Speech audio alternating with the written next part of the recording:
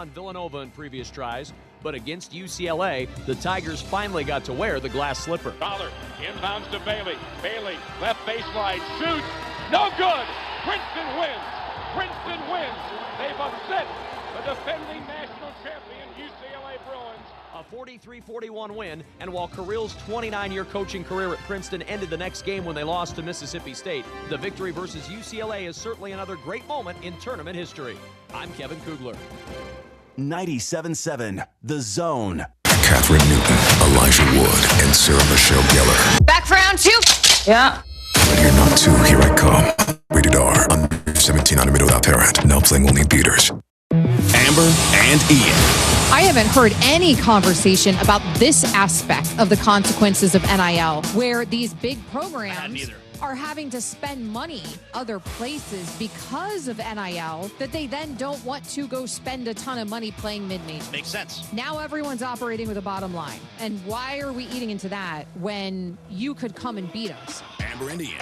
Weeknights at 7 Eastern on ESPN Radio. ACC Network, your home for ACC baseball.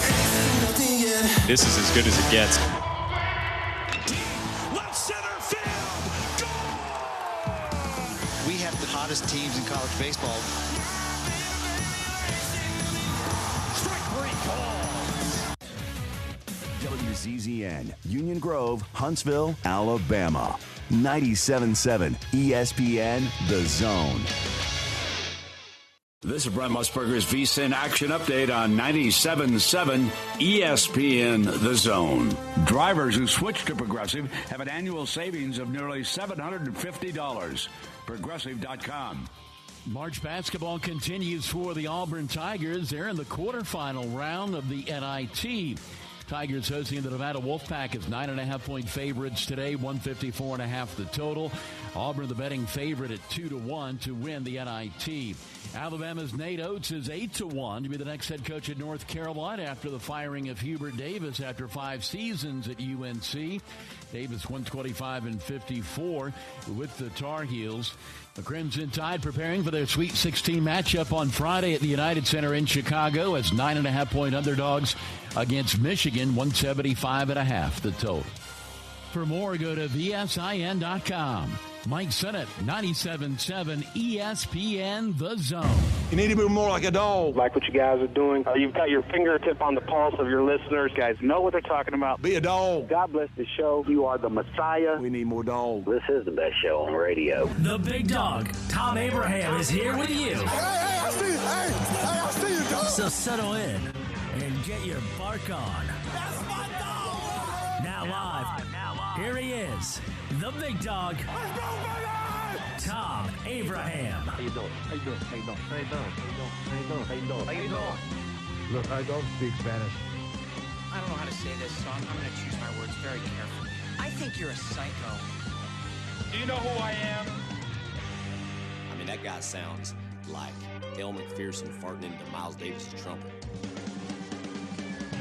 I guess I'm on here. Am I on? Can somebody respond? Get off my lawn. I have to drag my Yankee ass out of here.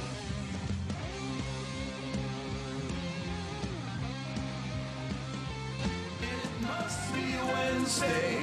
I called it hump day. Uh-oh. Guess what day it is? Hump day. Guess what day it is? Hump day. Huh? Anybody? Mike. What day is it, Mike? Listen, guess what today is? It's hump day. Woo-hoo! It is hump day in the doghouse. And good morning, everyone. I am your host, Thom Abraham. Glad that you are with us today. It is opening day. It's opening day in Major League Baseball. And maybe it's the last one that we get until like 2028. You know what I mean? I was just saying.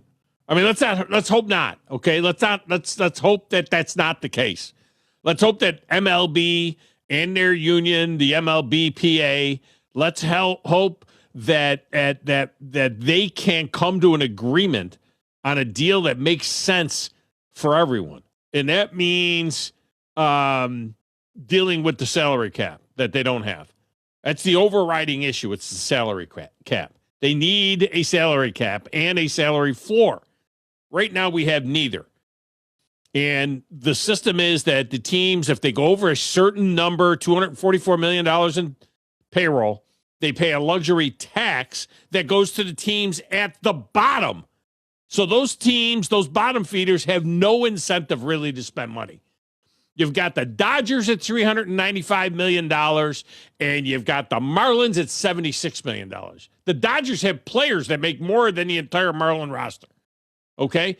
So you got the Dodgers at $395 and the Marlins at $76. And the Marlins get paid money basically from the Dodgers to have a bottom payroll. I mean, that's too much of a gap. That's just absolutely ridiculous. All right? You can't have that. We'll get more in depth on that a little bit later on in the show.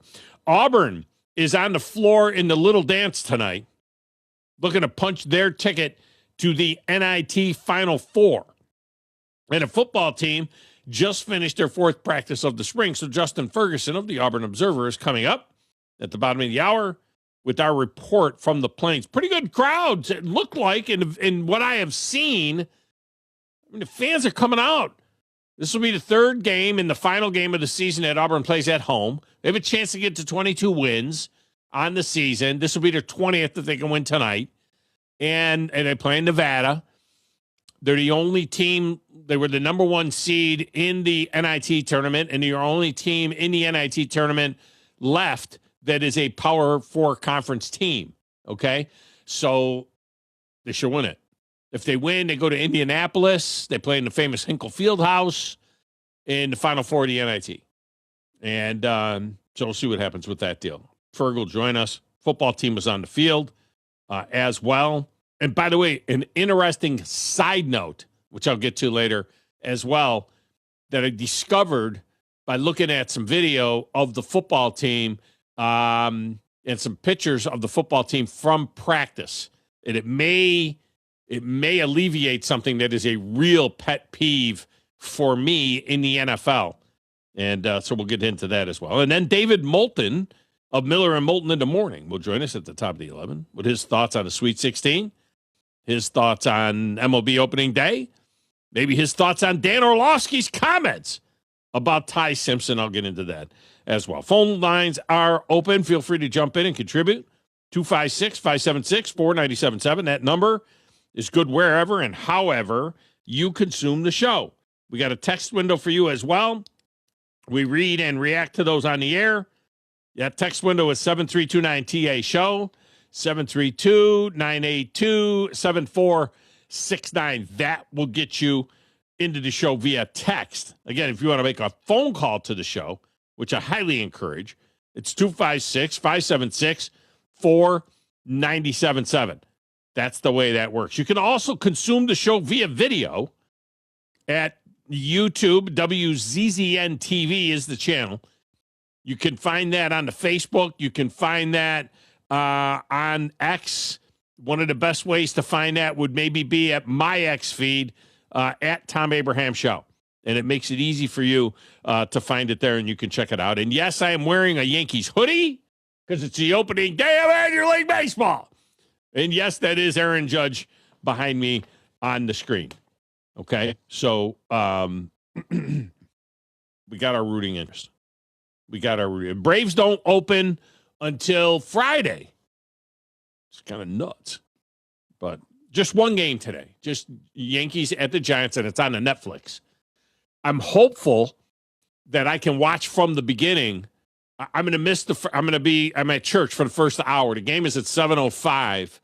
And much to one of my son's dismay, he wants to come over and watch it at 7:05 with me and experience opening day with his dad and everything else. And I get that. I get all of that. He's like, where are you going to be at 7:05? I'm going to be at church, I told him.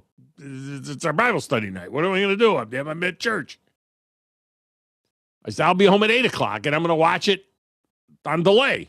I'll watch from the beginning. I assume I can do that on the Netflix. Pretty much feel like I can do that. Congratulations to UAH women's basketball team. They're on their way to the Final Four in Pittsburgh, where they've been this week. They were down 14 points at one point in that game. They actually had a big fourth quarter comeback to win the game. Congratulations, Lily Wilkin, with 19 points to lead the Lady Chargers back for that victory. They were playing Cal Poly Pomona. So you had a team from Alabama playing a team from California, and they're playing in Pittsburgh, okay? There's nobody at the game. There's literally nobody at the game. Not even all the families are at the game. The Division II women's tournament needs to be on campus, okay? I mean, put the thing on campus. I mean, in the interviews in the press room afterwards, I think Scott Tyson and Steve Moulton were the only ones there.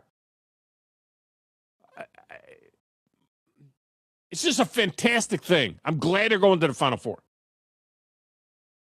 Play these things on campus, okay? Play it on campus. Have the team that is the highest seed, when you get to whatever, have use for until you get to the Final Four. And then when you get to the Final Four, have the school that's the highest seed host the Final Four. And if they lose, they lose. All right? So the Final Four wouldn't be at UAH. But, I mean, put the thing on campus, will you?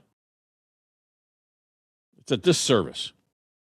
All right, a couple of days ago, Dan Orlovsky went on to ESPN and declared that in his mind, Ty Simpson was QB1 in this upcoming draft. And I'm going to be honest with you, the numbers really don't support that. As Fernando Mendoza, first of all, he has 2 years as a starter. Everybody talks like he's had 1 year as a starter, and Ty Simpson had 1 year as a starter. That's not true. Fernando Mendoza started like 31 games in his career because he was a starter at Cal, and he had outstanding numbers there. It's just nobody knew because it was Cal. All right, but he was the starter at Cal, and then he had this fantastic year, wins the Heisman Trophy at Indiana. And Ty Simpson has basically 15 starts. But Mendoza, I mean, he's thrown for a higher completion percentage. He's thrown for a stronger TD to interception rate. He's thrown for higher yards per completion. Orlovsky's case is based on the fact that Simpson has had to carry more of a load since Indiana was much more balanced than the Tide, whether that was by design or not. Okay, so, he was kind of like everything for them. And he had tougher competition all throughout the season. Sure. I mean, Mendoza had those games in the playoffs, but that was, by and large, throughout the season, Ty Simpson had much more difficult competition all the way across the board. So Orlovsky, yesterday he went on the Pat McAfee show, and he doubled down on his take by saying this. I just watched games. I finally got done with Ty about a week ago. I felt strongly about feeling that he was the number one quarterback in the class. I probably texted 12 to 15 general manager decision-making coaches in the NFL the very simple text of Ty Simpson is QB1 in this class. 2 people got back to me with a disagreement. And the rest didn't respond? Was it a thumbs up from the people? Or? Yeah, it was some form of agree. All right. So that's Dan Orlovsky's comments. Now, he started taking some heat. Dan Orlovsky and Ty Simpson have the same agency, CAA agency, which is a huge agency, by the way.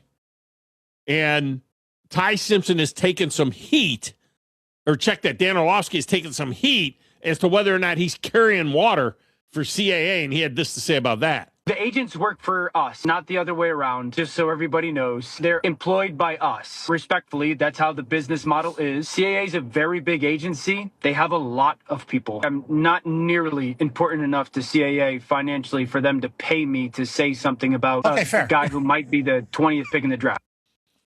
All right, I want to stop right here for a second. Can I just say something? The production of this show on WZZN TV, all right, the video production show is outstanding. I mean, the guys on the other side of the glass are outstanding. What they're doing to present this, it looks like a TV show on network TV. It's a tremendous job by them. I just want to say that. Okay, back to my take. I'm going to say this. The dude is a respected evaluator of quarterback talent. He nailed the take on Drake May 2 years ago. And he said that the Bears should have taken Jaden Daniels instead of Caleb Williams before the draft, that they should take Caleb Williams or Jaden Daniels instead of Caleb Williams. Now, their rookie years, it looked like he was a genius when he said that, and then Jaden Daniels got hurt. We'll see if Daniels can stay healthy. Caleb Williams certainly looked better in year 2 than he did year 1 because he got better coaching. But I'm here to say this right now. I think Ty Simpson, 6 years from now, after my radio career is over, my daily radio career is over, because remember, I got less than 2 years to go now. By the way, I think I'm going to do like a bunch of podcasts at that point. You know, you got like a podcast about this, a podcast about that. But 6 years from now, when these quarterbacks are into their second contract, Fernando Mendoza and Ty Simpson, I think that Ty Simpson will be the better quarterback in the league, providing he goes to a better situation, not like the Jets where it's, quarterback Armageddon. But if he goes later in the draft and ends up getting drafted by somebody like the Steelers or, someplace where he can go and be behind another dude, Vikings, whatever, and they see how this Kyler Murray thing works out, even the Falcons, some place where they got a quarterback and he could sit for a little bit before he competes, he'll end up being a better quarterback. Fernando Mendoza is the starter like tomorrow for the Raiders. And I'm just not sold. I mean, I love the Raiders. I love the history of the Oakland Raiders. They were always in my top 5 teams. The Raiders. There is. But, I mean, they've been a, dumpster fire for years. Years. So that's my take on that. Hubert Davis is out at UNC. And Chicago Bulls head coach Billy Donovan has now emerged as the betting favorite for that gig. So is the 2-time Natty champ ready to return to college ball, Billy Donovan? It hasn't worked out for him in the NBA. Now, Nate Oates is a little further down that line on that list, now listed at 8-1. He's the 4th favorite on the list. But many people feel like if Nate Oates is going anywhere, he's waiting on Tom Izzo to retire from Michigan State, Izzo's 71 years old. Nate Oates is from Michigan. He has ties to Izzo, admires Izzo. A lot of people think that that's Nate Oates' dream job is Michigan State, and it'll stay put until then. Now, we'll see. All right, back at Mission Control. Playing the Players That Matter, the Stacks of Wax, answer the phones. He's the prodigy. He's the grasshopper. He's Baby Abe. I'm the producer of this show. If I didn't step up, you're nowhere. I put this thing together on a spit and polish. I don't know how to say this, so I'm going to choose my words very carefully. I think you're a psycho. I have a sentimental weakness for my children, and I spoil them, as you can see. They talk when they should listen. Give me back my son! I don't like violence, Thom. I'm a businessman. I'm telling you, there's an embarrassing press conference in that kid's future. If you ain't first, you're last. Do you hear the grasshopper, which is at your feet? Old man, how is it that you hear these things? Young man, how is it that you do not? As quickly as you can, snatch the pebble from my hand. When you can take the pebble from my hand, it will be time for you to leave.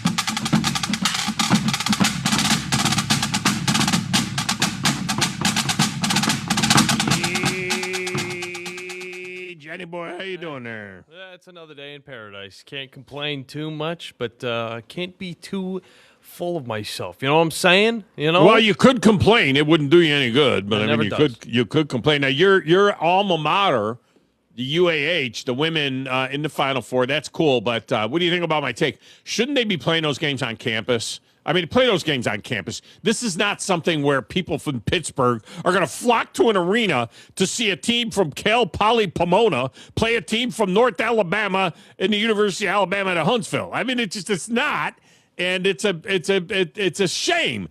The community should be able to go see these games. Yeah. And here's the thing, how much more would it cost to have a little bit farther of a flight? Because I feel like these people are already going to Pittsburgh. The Californians are already going all the way to Pittsburgh. You mean the teams? Yeah. Yeah, and the teams as well.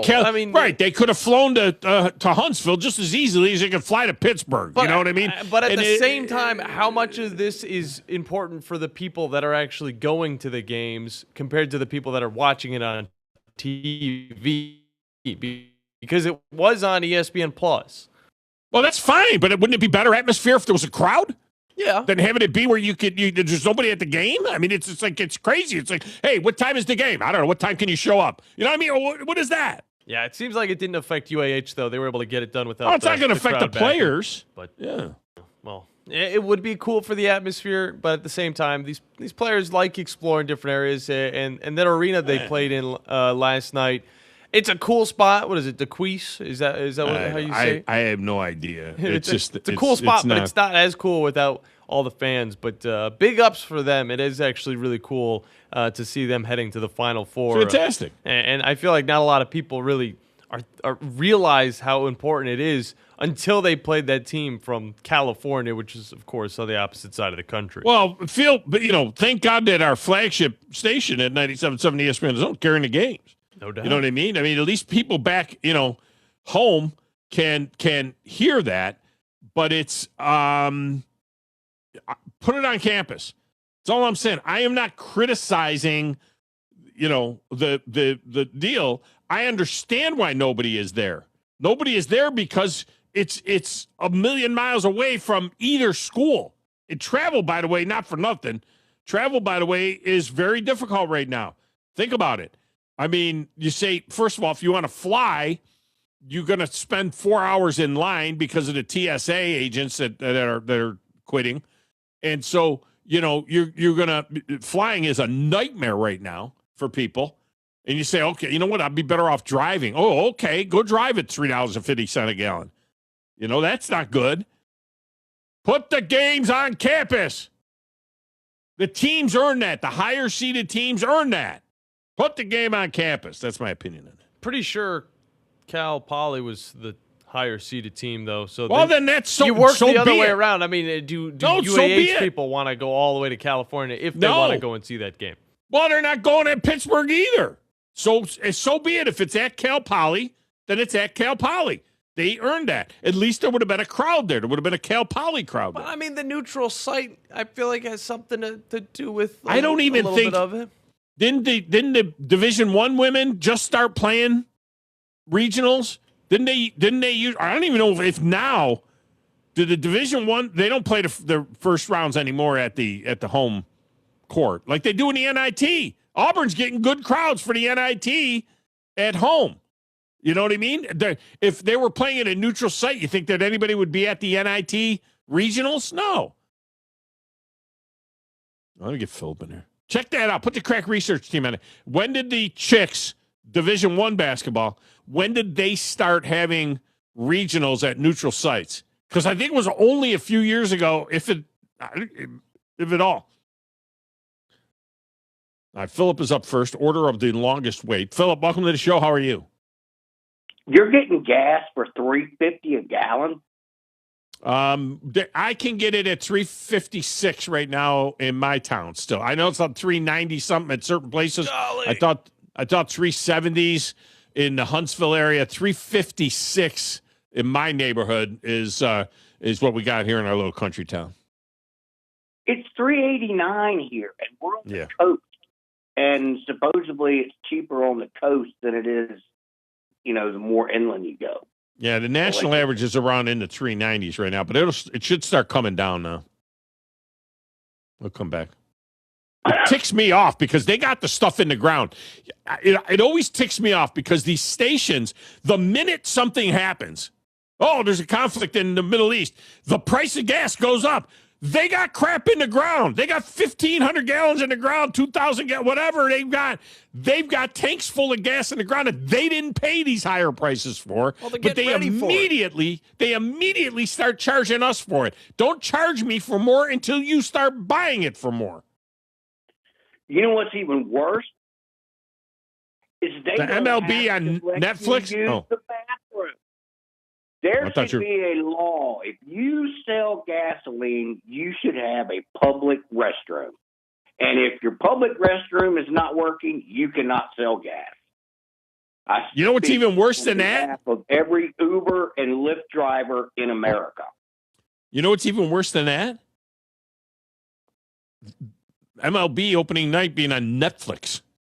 I mean, Netflix. I'm going to watch Green Tomatoes or something on Netflix. I mean, if I want to watch Virgin River, I'll watch Netflix. If I want to watch Major League Baseball opening night, I want that on Fox, NBC, or ESPN or ABC. Why am I watching it on Netflix? I've got to see commercials for Steel Magnolias or something during a game. I mean, what is that? And it's just one game, right? And it's not even like a real game. It's an American real game? team playing against a National League team. Well, let me tell you something. Most of the openers are interleague openers. I mean, the Mets are opening up with the Kansas City Royals. I mean, not the Mets. The Braves. The Braves are opening up with the Kansas City Royals. The Mets got the Pirates. But there's many of the openers. Listen, the whole American National League thing, it's gone. The interleague thing is gone. That's true, and it's sad. You know what opening day is really my fondest memories of opening. When opening day was really opening day, when you had every team in their stirrup socks and their crisply bought from Mooney's Sporting Goods by their parents, standing on a dirt infield when it's 120 degrees and you have bunting flags streaming from the top of the chain link backstop to the far end of the dugouts down the first baseline and third baseline, and you got your little stainless steel bleachers on both sides of the field, and you got that one dude with a cooler and some cold Budweisers in a can going, hey, bada. That is open. And you got the scratchy record player playing the national anthem before the game with all the kids standing on the first and third baseline. You got to have that, a little bit of dust ball. You got the little shack made out of plywood. Yeah. Where someone's poor mother is in there, and she's recruited somebody, and they're in there making burgers and hot dogs. Yeah. And you got your Coca-Cola and your popcorn and your peanuts. And they got some hot dogs left from last season. You got to have some of them. Yeah. You got some of them hot dogs left over from last season. All right, man, Philip. That's a good job by you. I appreciate it. Enjoy it. Really, opening day feels more like tomorrow because a bunch of the teams are playing tomorrow. Not everybody because the Braves don't play till Friday. But tomorrow there'll be a plethora of games, but there's only 2 on NBC tomorrow. But that Mets and Pirates game will be on at 12:15 Central, 1:15 Eastern on NBC, on the big network. And I'm really looking forward to NBC doing baseball again because I grew up with that. That's a good job by you, Philip. Thanks for the call. Let me get Wolverine Dan in here quick because we're late to get to Justin Ferguson because I'm going off on crazy stuff. Wolverine Dan, welcome to the show. How are you? Opening day is wonderful. Great memory. I'm sure you probably remember Morgana, the Kissing Bandit. Yeah. Now, with that said, my daughter's looking forward to Friday night at this ice suite. It's going to be Ginger and I and my little granddaughter. Yeah. I will not be watching the game Friday. I'll be watching the Havoc game. Now, with that said, I got two more things real quick. I want to apologize to that guy up north. I don't have never gave him a name. I figured it out. I got a name for him. Okay. His name is Harry. Okay? And the reason why his name is Harry, because he drives a Lyft like a taxi driver. Harry Chapin wrote a song. You see, she was going to be an actress, and I was going to learn to fly. She took off to find the footlights. I took off to find the sky. And here, she's acting happy inside her handsome home. And me, I'm flying in my taxi, taking tips and getting stoned. I fly so high when I'm stoned. So, Harry, there's your new name, and that's why I call you Harry. See, I thought you were going to go Jim Ignatowski. When you said taxi, I thought you were going to go Jim Ignatowski from Taxi. You know what I mean? Or what was the other guy? Yeah.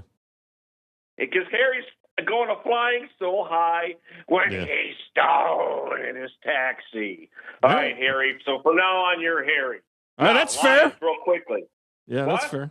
I say that's fair. He calls you. He's got a name for you, so you got a name for him. That's fair. Yeah, Harry, because he gets stoned in his lip thing. He's getting stoned. You it's a little reach, but he's rolling down his windows like Cheech and Chong and up in smoke, and you see the smoke coming out. He's getting stoned. Anyway, with that said, the Lions released Glasgow up $5.5 million in more money in our pocket. Decker doesn't want to come back, so a total of $11.6 million in the space cap. We signed a young guy, 7 years younger, Cade Mays, for the Lions, so I'm excited about that. And also, of course, East Tennessee guy. We have the best pitching staff in the American League.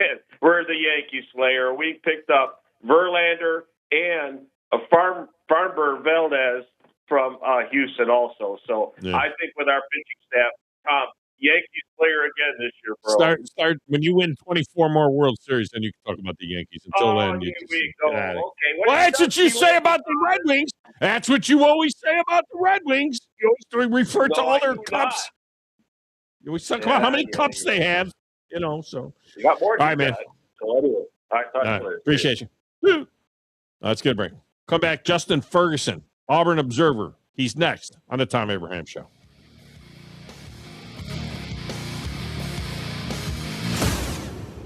This is Brent Musburger's VSiN Action Update on 97.7 ESPN The Zone. Drivers who switch to Progressive have an annual savings of nearly $750. Progressive.com.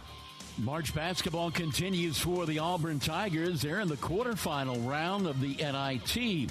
Tigers hosting the Nevada Wolfpack as 9.5-point favorites today, 154.5 the total. Auburn the betting favorite at 2-1 to win the NIT. Alabama's Nate Oates is 8-1 to be the next head coach at North Carolina after the firing of Hubert Davis after 5 seasons at UNC. Davis 125-54 with the Tar Heels. The Crimson Tide preparing for their Sweet 16 matchup on Friday at the United Center in Chicago as 9.5-point underdogs against Michigan, 175.5 the total.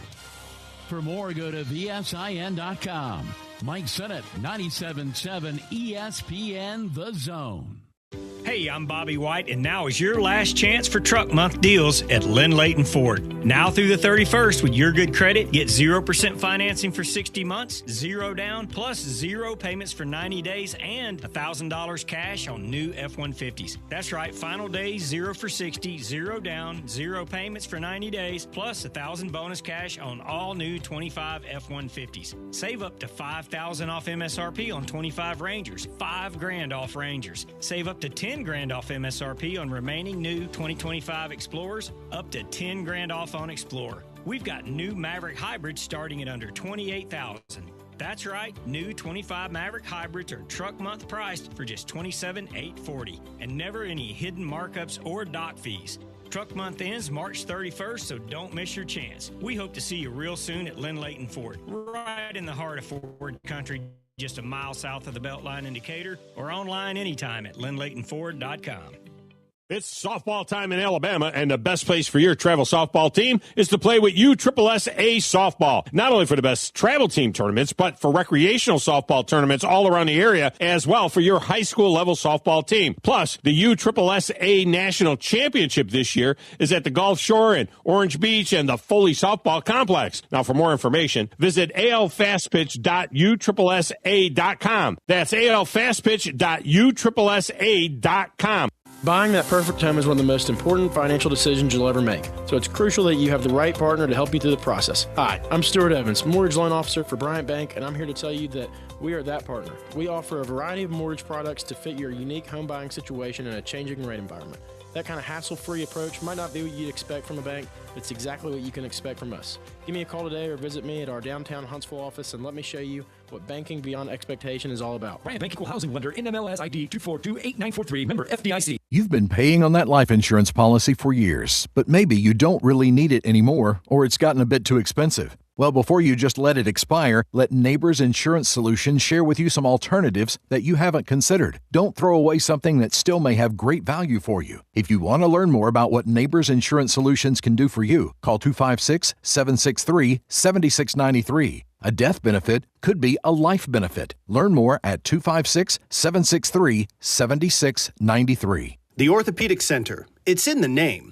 TOC, the premier choice for all your orthopedic needs. With over 40 physicians and 20 centers of excellence, TOC is the name to trust for complete, expert orthopedic care. And that word center, we mean it. With more than a dozen locations across North Alabama and the Tennessee Valley, TOC is in your community whenever you need us. As the state's largest orthopedic practice, TOC is built on trust. Trust we've earned with every patient we serve. You can see that trust on the field, too. As the official sports medicine provider for the Huntsville Havoc, Huntsville City Football Club, Oakwood and Alabama A&M universities, thousands of athletes and coaches count on TOC to keep them in the game.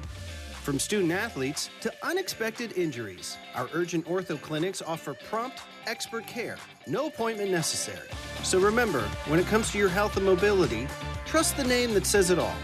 TOC, helping you live a better life.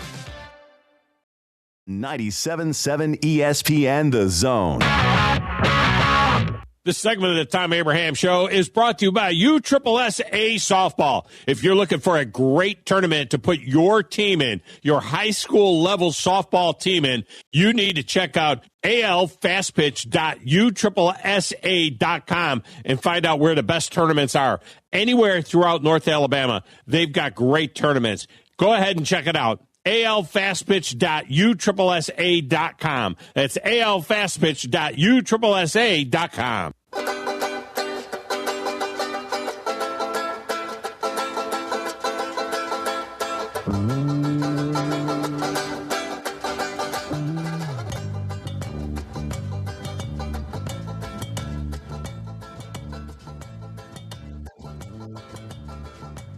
And welcome back, Thom Abraham Show. It should just be the theme for the rest of the year. Just use that. Spring means spring ball. We'll get to that in a moment. Of course, the March Madness.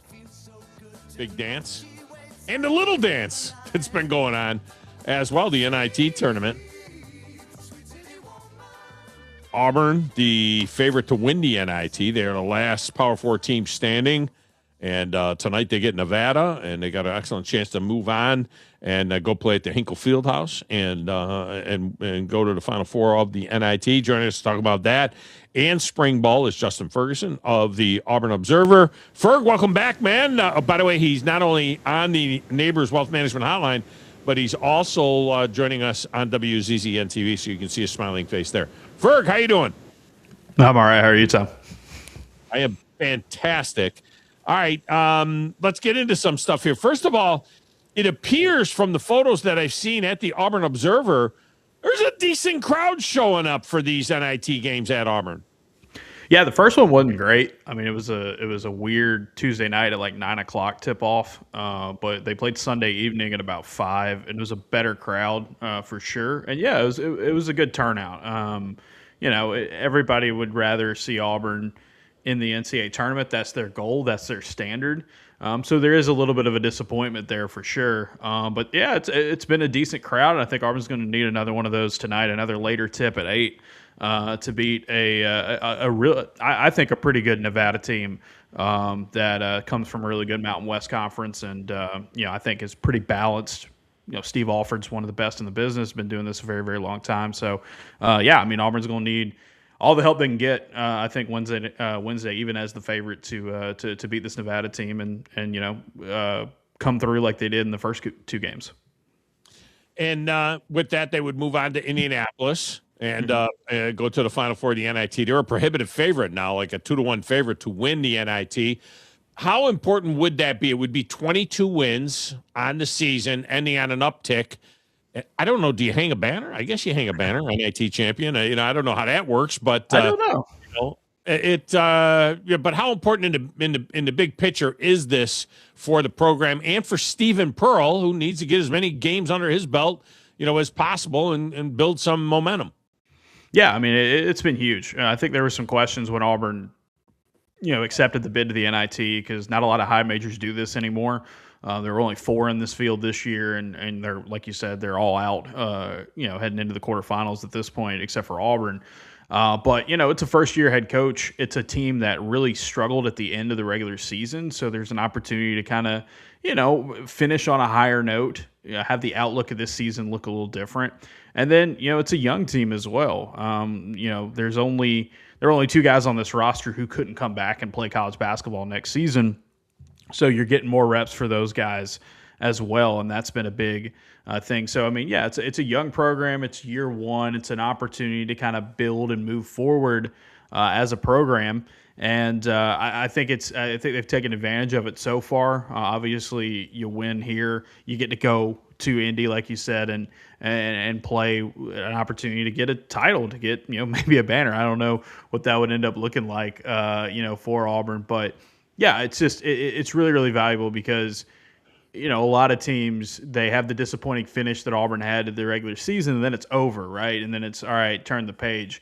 What you get in this NIT, even if you'd much rather be in the NCAA tournament, what you get in this NIT is an opportunity to build and grow as a coaching staff, as a roster.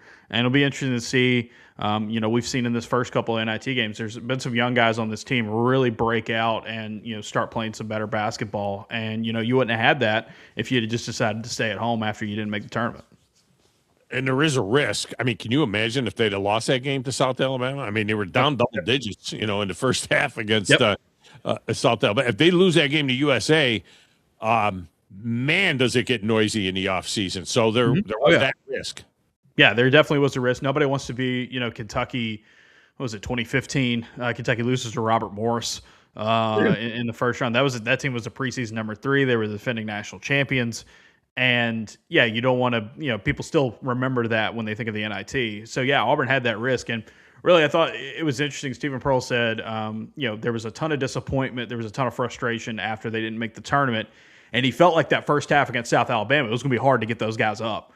And so the first 15 minutes, they played out that way. South Alabama was up by double digits.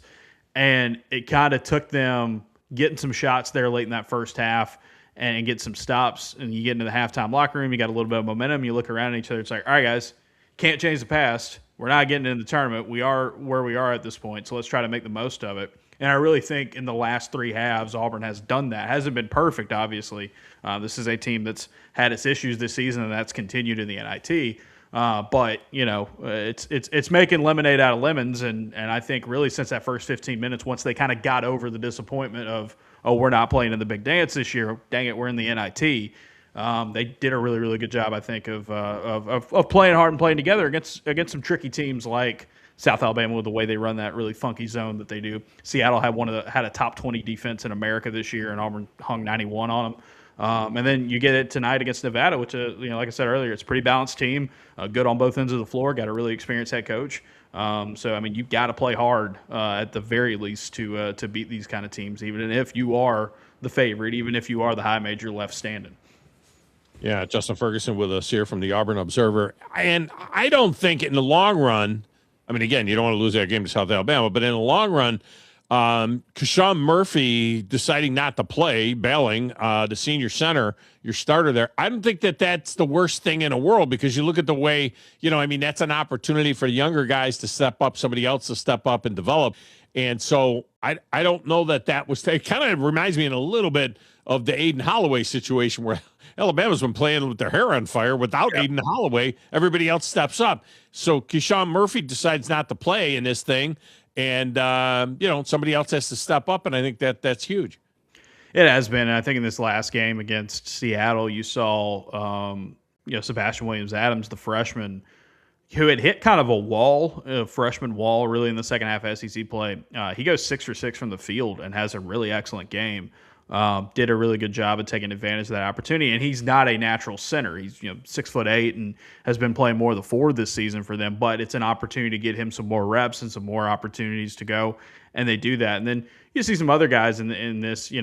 Kevin Overton's been shooting the ball lights out. He's at like 50% from deep over the last 10 games. Had a huge second half against Seattle, and Auburn has won games this season, plenty of games, with Keyshawn Hall being the leading scorer. Well, Keyshawn Hall hadn't been the leading scorer these last few games. Kevin Overton has. Hall's out of eligibility after this year. Kevin Overton could come back. There's some benefit of that too, because you have shown, here in these two NIT games, that a guy like Kevin Overton, especially if you bring him back next season, can carry the load for you offensively, because he is such a good shooter and is such a good leader, I think, is one of the veterans on this team. But he does have one more year of eligibility remaining, and you've gotten to see, okay, what would it look like if he was more of an alpha on this offense next year? I think you've seen that here in these NIT games. By the way, I mentioned Aiden Holloway. Of course, you had him there at Auburn for his freshman year. Were you surprised at all when you heard the news? I mean, 2.5 pounds of ganj. I mean, that's a lot. But did it surprise you at all, or were there thoughts that this is something that could happen with this kid? I would tell you, when I covered him as a freshman, I never thought he would be a guy that would get in like this kind of legal trouble.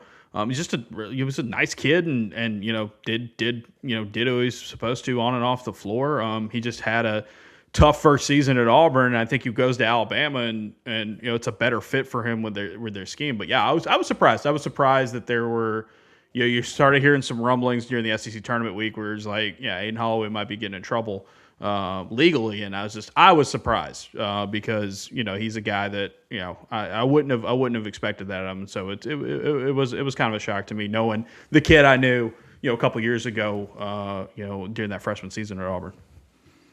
Let's shift gears to football. First of all, by the way, a football note, and the guys can throw this image up. I've seen some images of Auburn practicing, and they got the Guardian caps, and it's this new Guardian cap. It's the Guardian cap 2.0, and I noticed that it literally has the logo on it, the stripes on the helmet, and everything else. It looks a heck of a lot better than those pillowcases that they were wearing over the pillow on, with the original Guardian cap. I don't know if that's something they're sampling, but that's a lot tighter look than the thing that they were, especially in the NFL with the logoed, hairnet thing that they were wearing over their helmets. Yeah, no, that was one of the first things when we got out there last week for the first day of spring ball. I noticed, I was like, man, the new Guardian caps look great, because Auburn was very big on, when you're at practice, as many guys as possible that they want to get those Guardian caps on. They look good. We'll see if anybody actually translated into the game. Bryson Washington, the transfer running back from Baylor, wore a Guardian cap for most of the season at Baylor last year before coming to Auburn. So he might be a guy that does that. But it looks a whole lot better because, he was wearing at Baylor. He had the big, that mesh weird looking thing. It just never looked right, on the field. But yeah, it's a good innovation, and I'm glad. Just for aesthetic purposes, it doesn't look really, really weird when you're taking pictures or anything like that from practice. Yeah, I mean they were all kind of goofy, especially in the NFL when they were wearing some of those there. All right, so what are we observing at the Observer after day 4 of spring ball, which got a little wonky, I guess, in the middle of the practice? Yeah, I know. Alex Gullish was really happy the first week. Auburn practiced Tuesday, Thursday, Saturday. It's kind of the format they're going in for spring ball this year. Was really happy the first 3 days. He thought the energy, the attention to detail, the focus was great. Didn't have that to start practice number 4, the start of week 2, a little bit longer of a layoff, and then he let them hear it about midway through practice before they got into the team session. He just was like, hey, we're going to have to do better than this, and said that, as he said, very nicely.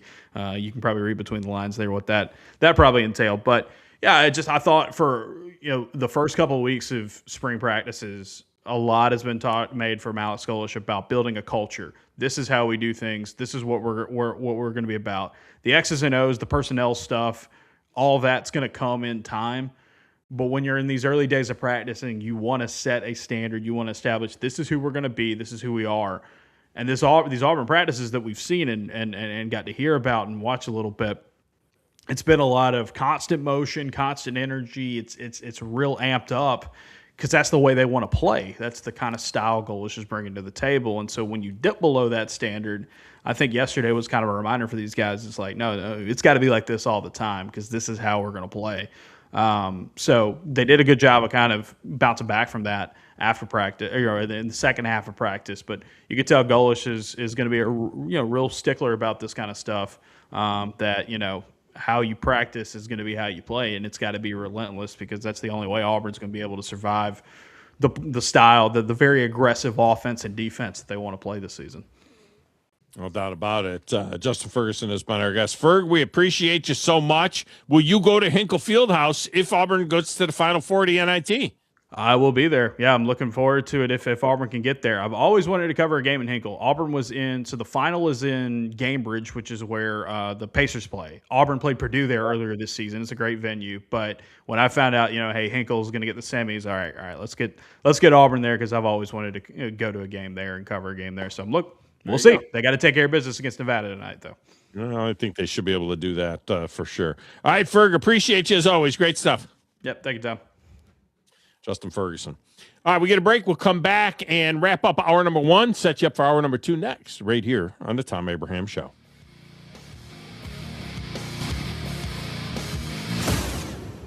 You're listening to the Thom Abraham Show on 97.7 ESPN The Zone. This is Brent Musburger's VSiN Action Update on 97.7 ESPN The Zone. Drivers who switch to Progressive have an annual savings of nearly $750. Progressive.com. March basketball continues for the Auburn Tigers. They're in the quarterfinal round of the NIT. Tigers hosting the Nevada Wolfpack as 9.5-point favorites today, 154.5 the total. Auburn the betting favorite at 2-1 to win the NIT. Alabama's Nate Oates is 8-1 to be the next head coach at North Carolina after the firing of Hubert Davis after 5 seasons at UNC. Davis 125-54 with the Tar Heels. The Crimson Tide preparing for their Sweet 16 matchup on Friday at the United Center in Chicago as 9.5-point underdogs against Michigan, 175.5 the total. For more, go to VSIN.com. Mike Sennett, 97.7 ESPN The Zone.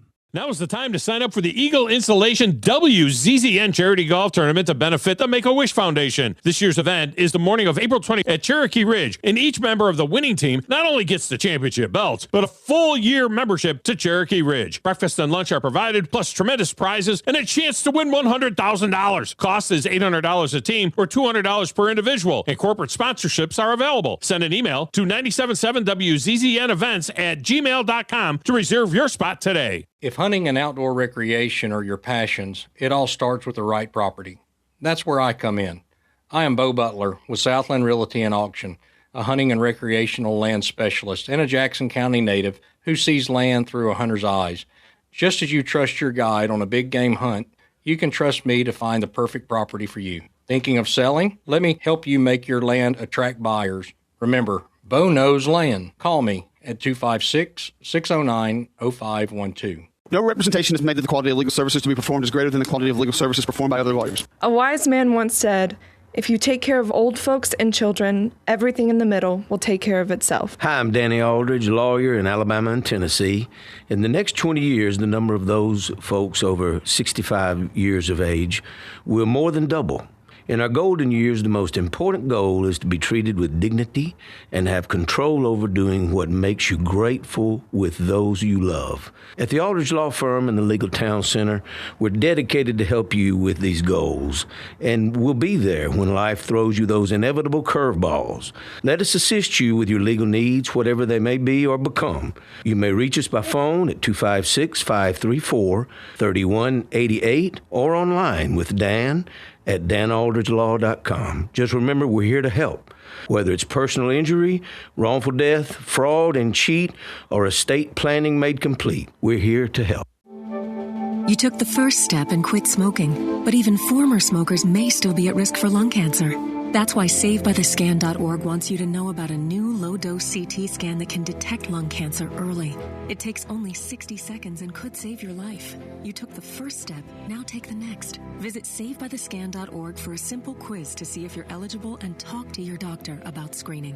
SaveByTheScan.org is brought to you by the American Lung Association's Lung Force Initiative and the Ad Council. Hey, Dad, how do airplanes fly? What's in this box? Is this tree good for climbing? How are babies made? What does this thing do? Kids are curious about everything, including guns. Talking to them about gun safety in your home is a good first step, but you can do more. Always keep your guns locked, unloaded, and stored separately from ammunition. Safe gun storage saves lives. Learn how to make your home safer at endfamilyfire.org. That's endfamilyfire.org. Brought to you by End Family Fire, Brady, and the Ad Council. Your Fox 54 weather. I'm Chief Meteorologist Jordan Dressman. A partly sunny sky this afternoon. Temperature's going to climb into the low and mid 70s. Really going to be a fantastic day. We drop into the mid and upper 50s as we head into the overnight early Thursday morning. A mostly to partly sunny sky Thursday afternoon. We're going to be much warmer. Temperatures climbing into the lower 80s. Upper 70s, lower 80s expected for your Friday. Rain chance moves in Friday afternoon and Friday evening. Your Fox 54 weather. Only on 97.7 ESPN The Zone.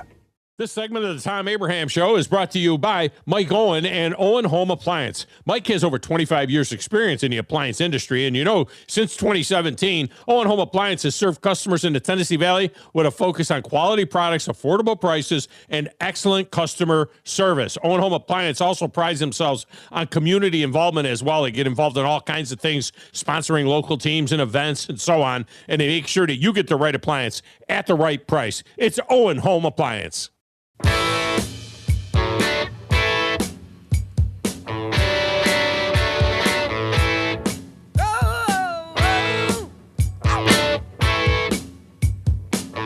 And welcome back, Thom Abraham Show. By the way, for the record, Netflix will have 3 Major League Baseball events this season. Tonight's opening night game is on Netflix. The Home Run Derby on July 13th is on Netflix. And the Field of Dreams game. Are they going back to Iowa? Are they going back to the cornfield in Iowa? Good.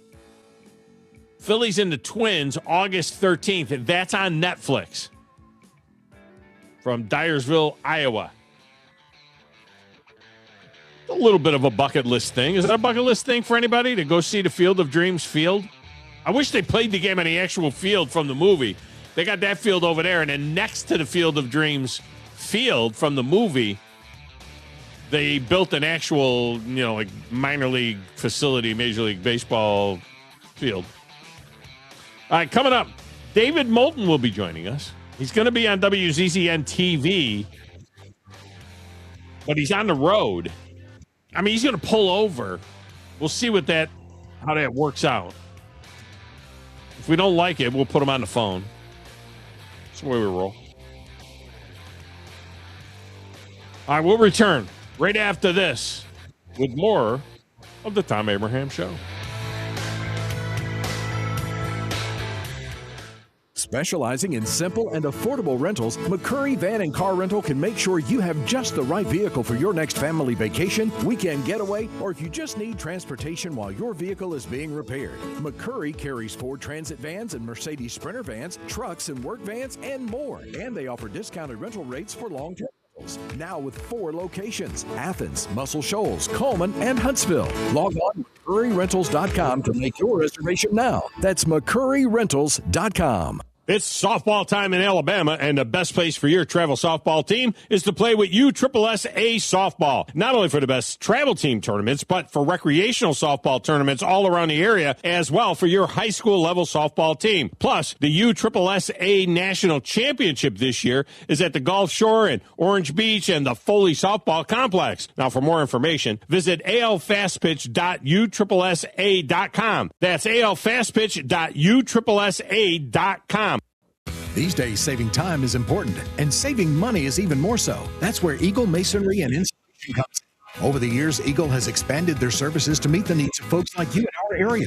Taking care of your property yourself can be a real headache. Eagle can handle it for you. They offer full landscaping services, irrigation, mowing, bush, and can install plants and trees, sod, and even landscape borders. Call Eagle Masonry and Insulation today at 256-755-1556. Eagle saves you time, and Eagle saves you money. Normally, when you call a roofing company, all you hear is, you need a new roof. Not when you call Fleming Roofing and Restoration. Since 1965, the folks at Fleming have been focused on what you need, whether it's an easy repair or a full roof replacement, commercial or residential. And when it comes to storm damage, you want Fleming on your side. They know all the ins and outs of insurance claims and will guide you through the entire process. Log on FlemingHSV.com and book your free estimate today. Fleming Roofing and Restoration. We show up. The Orthopedic Center. It's in the name.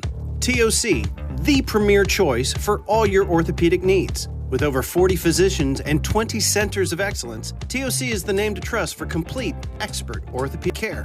And that word center, we mean it. With more than a dozen locations across North Alabama and the Tennessee Valley, TOC is in your community whenever you need us. As the state's largest orthopedic practice, TOC is built on trust. Trust we've earned with every patient we serve. You can see that trust on the field, too. As the official sports medicine provider for the Huntsville Havoc, Huntsville City Football Club, Oakwood and Alabama A&M universities, thousands of athletes and coaches count on TOC to keep them in the game. From student athletes to unexpected injuries, our urgent ortho clinics offer prompt, expert care. No appointment necessary. So remember, when it comes to your health and mobility, trust the name that says it all. TOC, helping you live a better life. WZZN, Union Grove, Huntsville, Alabama. 97.7 ESPN, The Zone. This is Brent Musburger's VSiN Action Update on 97.7 ESPN The Zone. Drivers who switch to Progressive have an annual savings of nearly $750. Progressive.com. March basketball continues for the Auburn Tigers. They're in the quarterfinal round of the NIT.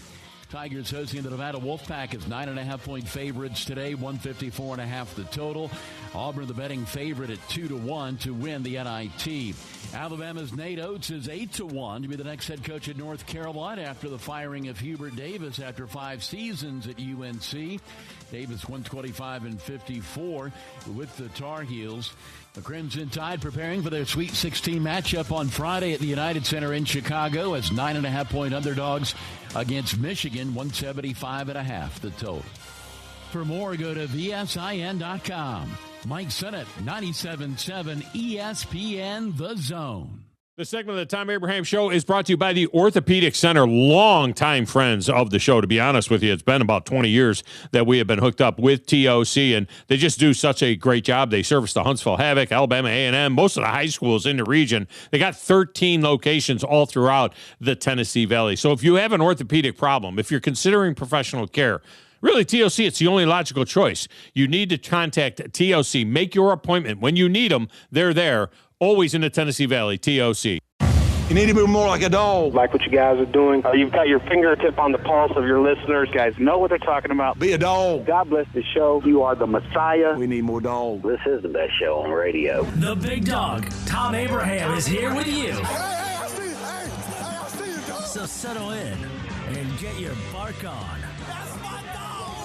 Now live, here he is, the big dog, Thom Abraham. How you doing? How you doing? How you doing? How you doing? How you doing? How you doing? How you doing? Look, I don't speak Spanish. I don't know how to say this, so I'm going to choose my words very carefully. I think you're a psycho. Do you know who I am? I mean, that guy sounds like Dale McPherson farting into Miles Davis' trumpet. I guess I'm on here. Am I on? Can somebody respond? Get off my lawn. I have to drag my Yankee ass out of here.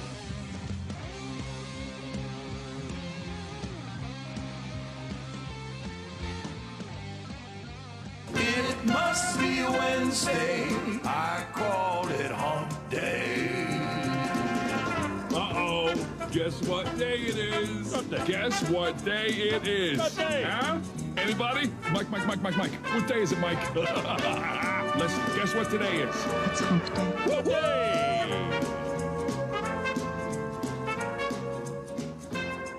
It is hump day in the doghouse. So much to get into. It's opening day in Major League Baseball. I'm trying to talk a little bit about that. It's just weird because it's just a one game and it's on Netflix. So it's like, I think it's after Steel Magnolias and before Virgin River or something like that on Netflix tonight. I'm not sure. I'm going to say to my wife, I'm going to say, hey, honey, you want to watch some Netflix tonight? We'll watch something on Netflix tonight? And she'll say, oh, yeah, what can we watch? I say, how about the Yankees and the Giants? Okay. I don't know how that'll go over, but we're going to give it a shot. That is for sure. So we got that out there. A little bit more on that in a little bit. And joining us now, though, David Moulton of Miller and Moulton in the morning as we welcome a new audience that's listening in Nashville on Nashville Sports Radio and in Murfreesboro as well. Go along with our friends at 97.7 ESPN in Huntsville and WCDT in Winchester, Tennessee. That's ESPN Winchester. So it's great to have everybody along for the ride. And David joins us now on the Neighbors Wealth Management hotline in parts unknown. David, welcome back to the show. How are you? I'm good. Apparently, my Wi-Fi didn't hold up, so you're not going to see my big fat head. Okay, I have to do this over the phone. You're on the road, and that's okay. We can understand that. There's no doubt about it. I haven't seen where you. I have whiplash after Thursday. Now I'm in 3 different brackets. I'm in different radio stations and then one with the office at Bassmaster. But I'll use the main one that I'm in, which is at the flagship station at 97.7 ESPN. And after Thursday, I was 187th out of 200. I was 187th. Okay. By Sunday, I was 35th. I had jumped all the way up.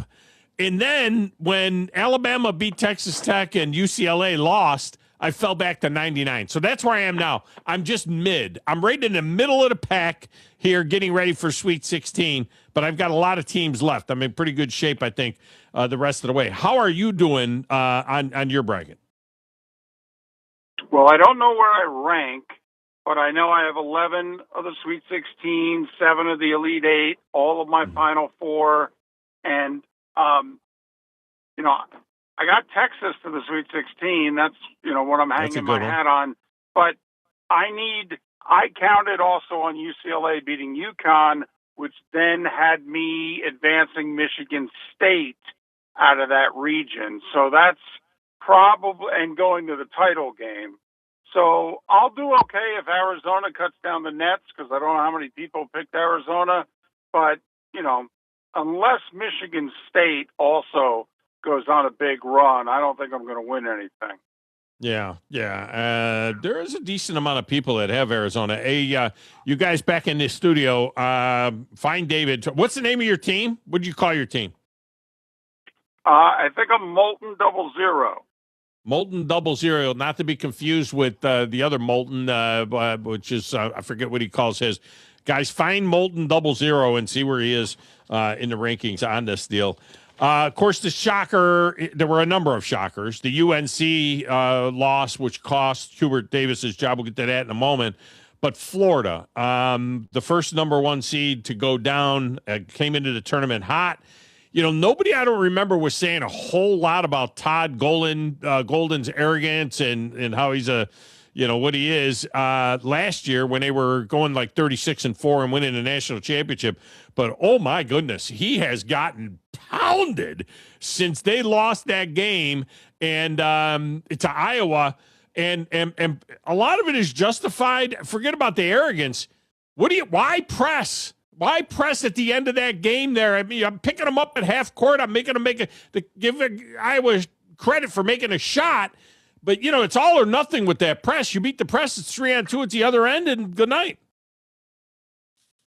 Yeah, I didn't understand it. Most basketball people didn't understand it either.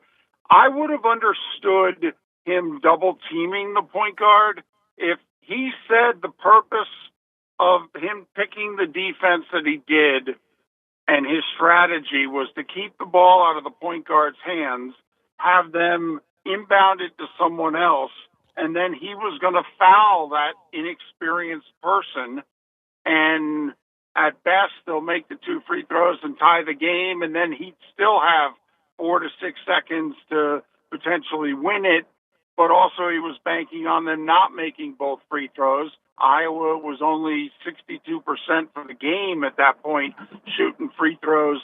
But then why not double team the point guard? I mean, literally, Iowa stacks the screen, 2 guys.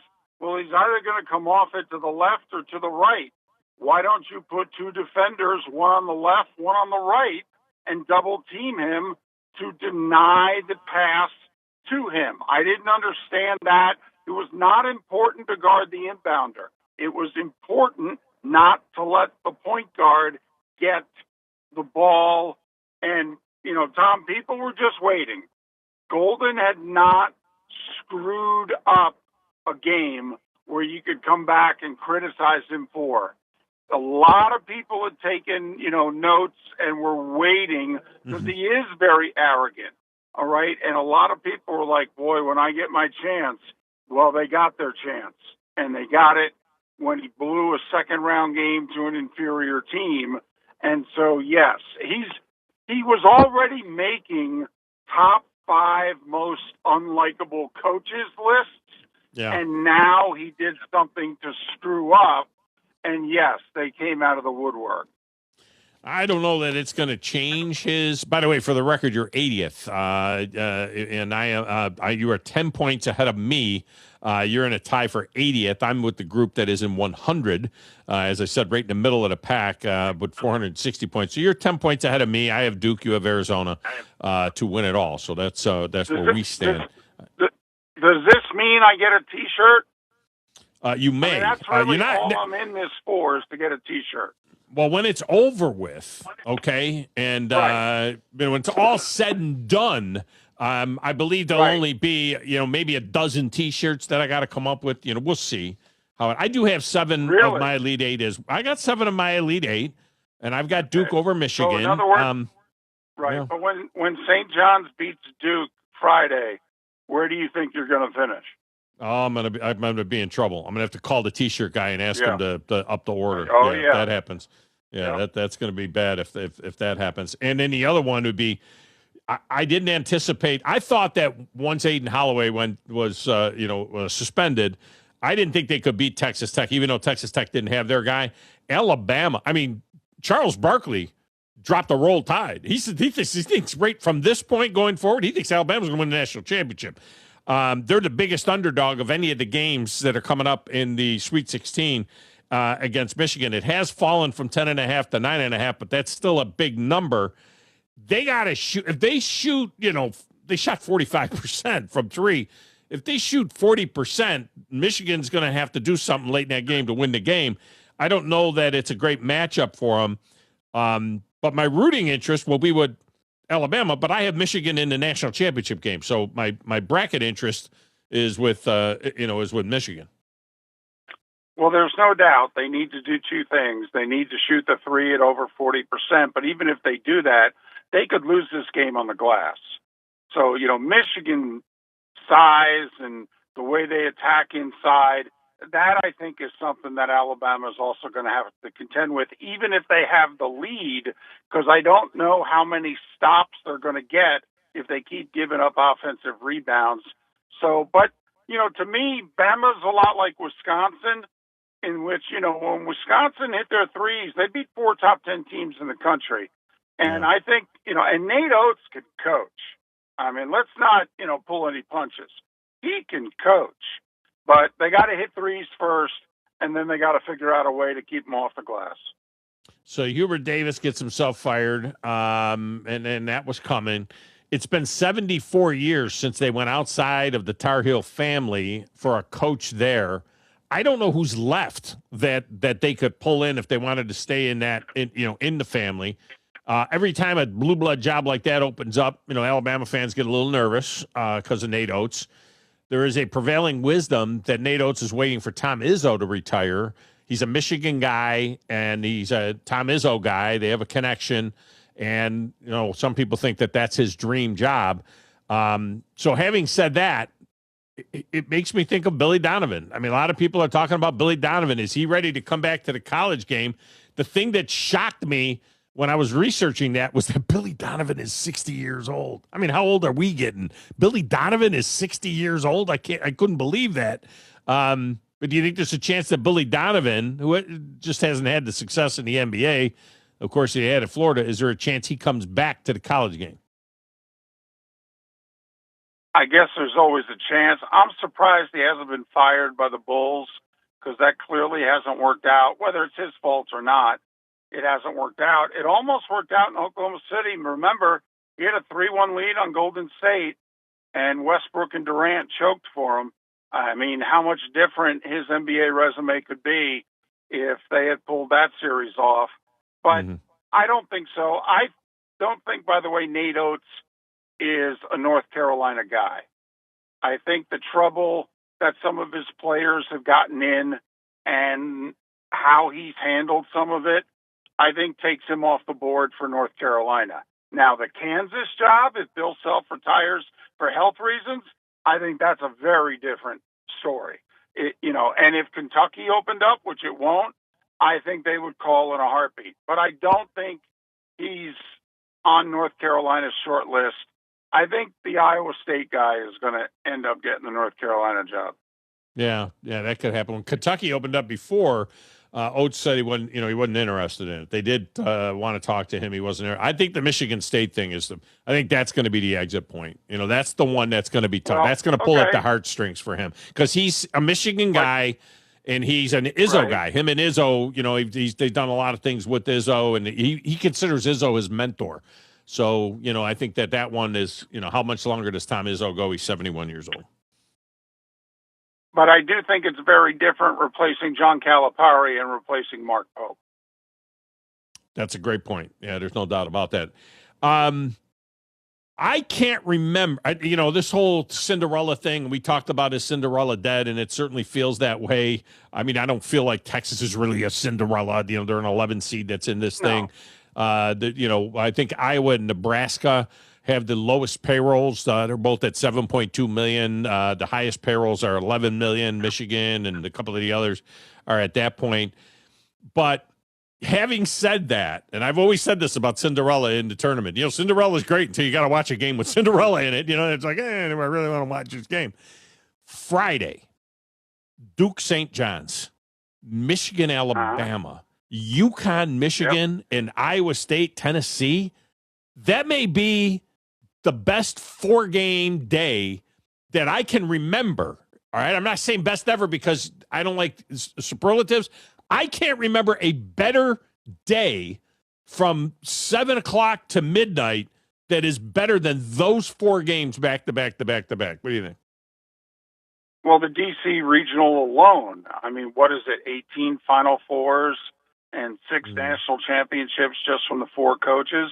And, that's with Shire being the head coach at Duke. Imagine if Coach K was still the coach. So, spectacular day. And, depending on what ratings you're going to quote, this is either the highest rated tournament since 93 or of all time, since CBS has been doing the tournament.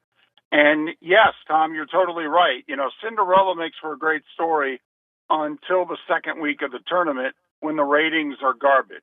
The Final Four with San Diego State, Miami, and FAU, I mean, they're still paying make goods for that Final Four. So, having the big boys, most of them, alive in week 2, this tournament. Now, just going to throw it out there, though, Final Four and title games are on TNT. I just don't understand it. It's that year, and this could be Yeah, this could be Duke, Arizona, Michigan. I have Illinois. I had Illinois beating Florida anyway in the Elite Eight. So, I mean, if it's something that looks like that, Duke, Arizona, Michigan, and Illinois, goodness gracious, that'd be $20 million on CBS. Well, absolutely. Absolutely. But, Turner's money is what kept the tournament away from ESPN. So Turner, for that money, I think Turner actually pays more than CBS does per year. And so Turner said, hey, a little something for the effort. And they get almost every other, I think they get every third other for sure. Yeah, but, they paid for it. Otherwise the tournament would be on the 4-letter network. Yeah, I get it. David Moulton with us here. And speaking of paying for it, we'll shift gears to tonight. First of all, look, open on the Wednesday after the tournament. I mean, why is baseball opening the day before the Sweet 16? They just don't care, right? They just don't care about how they're promoting their sport. They're opening on Netflix tonight. Great game, great uniform game, great eye candy game, Giants, Yankees. I mean, there's a lot of storylines, Darren Judge going home, all that stuff. It's a great storyline. It's on freaking Netflix tonight. And then tomorrow you get almost a full slate. Braves don't play till Friday. You get almost a full slate. They're opening the season on Sweet 16 weekend. I get it that you got to fit all of this in, expanded playoffs. It would only cost them 6 doubleheaders once a month, a doubleheader, and you could start the season the Wednesday, not the Tuesday, the Wednesday after the national championship game, and you would own the pages. You would own the internet. At that point in time, we would be over the tournament, and I don't understand why they start today. Doesn't make sense. Well, first off, I don't know if they'd own it, because the Masters would be starting 48 hours later, and the draft would be a little over 2 weeks away. Here's what I would argue. First off, they've added a round of the playoffs, and they don't want to play baseball in November. So you have to then move the season earlier. Tom, I would actually argue, if I were Major League Baseball, I might have started the season this past Monday or yesterday, because I want as many days not competing with the tournament. And then let's just say it's a team like, the Yankees who are starting on the road. When would their home opener be? Next Monday, Tuesday, or Wednesday, when, once again, I can commandeer the whole week, next week, the whole week, because, we're down to the Final Four on Saturday. So there's a part of me that thinks, listen, baseball, if you're going to open now, actually open a day or two earlier and commandeer as much of the final 10 days of March as possible. But listen, they want to avoid the NFL as much as possible. They don't want to play in November. You're going to have to make concessions. I mean, I hate it. And goodness knows, for those Florida and Arizona cities, it literally costs them each $10 million plus. But it is what it is. All right, so, we'll get the sample of Memorial Day opening day next year, right? So, we'll see how that, maybe, we'll see how that works out. I'll take the over right now. They got to figure. Baseball. Coming off of that World Baseball Classic and looking forward to an Olympics and everything, they got to figure this out. We need a cap and we need a floor, because the Marlins, if the Marlins knew that there was a hard cap at 230, 240, somewhere in there, 270, then the Marlins would spend 140, 130, whatever the floor would be. But if you're the Marlins right now under this system, and you're getting a chunk of money from the Dodgers, the Mets, and the Yankees, and the Phillies, who, and they have $300 million plus payrolls, what's your incentive? They got a $76 million payroll. What's their incentive? They're going to get paid by the big teams to lose. I mean, it's the system's so broken. Forget the players for a second. You call me back when the owners resolve their differences, because you've got the 6 or so owners who don't want to cap because they don't want to be limited as to how much they can spend. But you've got 6, 8 plus owners who don't want a floor because they want to be able to spend less than $100 million, and they don't want to have to spend $160. So, Tom, that's why this is going to last so long. The owners are going to fight with each other for months just to figure out what the system is they want going forward. And the minute they resolve that, the players are going to go, is that a salary cap? The answer is no. And they're going to keep saying no for months. Tom, I'm not kidding. I don't think we have baseball next year. I'm not playing around. I think this is hockey 2005. I really do. The differences are staggering between the owners and then between the owners and the players. Staggering. Tom, we've got 10 teams right now who don't have their games accessible on television. Okay? We don't have enough teams to block the rich teams to make it so that everybody pools their money like the NFL and the NBA. Tom, it is a staggering financial mess, baseball, and that's just between the owners. Tom, I don't think we'd have baseball before June if the players agreed to whatever the owners came up with. That's how messed up I think. This fight amongst the owners will be legendary. In the 28 years since 1998, all right, it's a little bit more than this century. In the 28 years since 1998, how many teams would you guess? Maybe you know the answer. How many teams would you guess were World Series champs? How many were World Series champs in the last 28 years were top 10 in payroll out of 28 years? I'll go half. How about 21? 21 out of 28 years, the World Series champ has been top 10 in payroll. 26 out of the 28 years, they were top half in spending, top 15 in spending. And the only two that were not since 1998 was that amazing Marlins team that both of us covered in 2003 when they were at number 25 and beat the Yankees, and the cheating Astros of 2017 that were at 17. Those are the only two that were bottom half. So in order right now, it's the Dodgers, Mets, Yankees, Phillies, Blue Jays, Padres, and Red Sox. Those are all tax teams. Those are all over 244. Tigers are 8, Braves are 9, and Astros are 10. You have a more than 65% chance, 70% chance that your World Series winner is coming out of that mix. And there are 15 teams in baseball that basically have no shot at all. They just know half of the fan bases have no shot. Another third of them have a slight shot, and it's a 10-team league. It's a 10-team league. That's what we got. And to throw more money on top of it, that's when there were regional cable channels. And now that has completely bottomed out with the exception of about 6 to 8 teams. Yeah. And so, I mean, Tom, there are a lot of baseball teams that are going to be hemorrhaging money this year. I mean, genuinely losing money because they were getting 50 to 60 million a year from their regional cable deal. And this year they're going to get 10 to 20. Yeah. And the thing is that they really should pool most of that money because the Dodgers need the Pirates to play a game on their TV station. Yeah, that's what I don't understand, why they don't pool that money.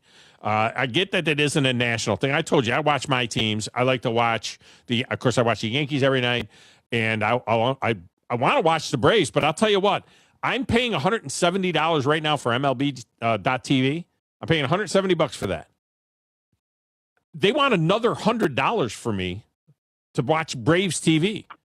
And they tell me that I'm in the local Braves area. My house is 2.5 hours from Truist Park.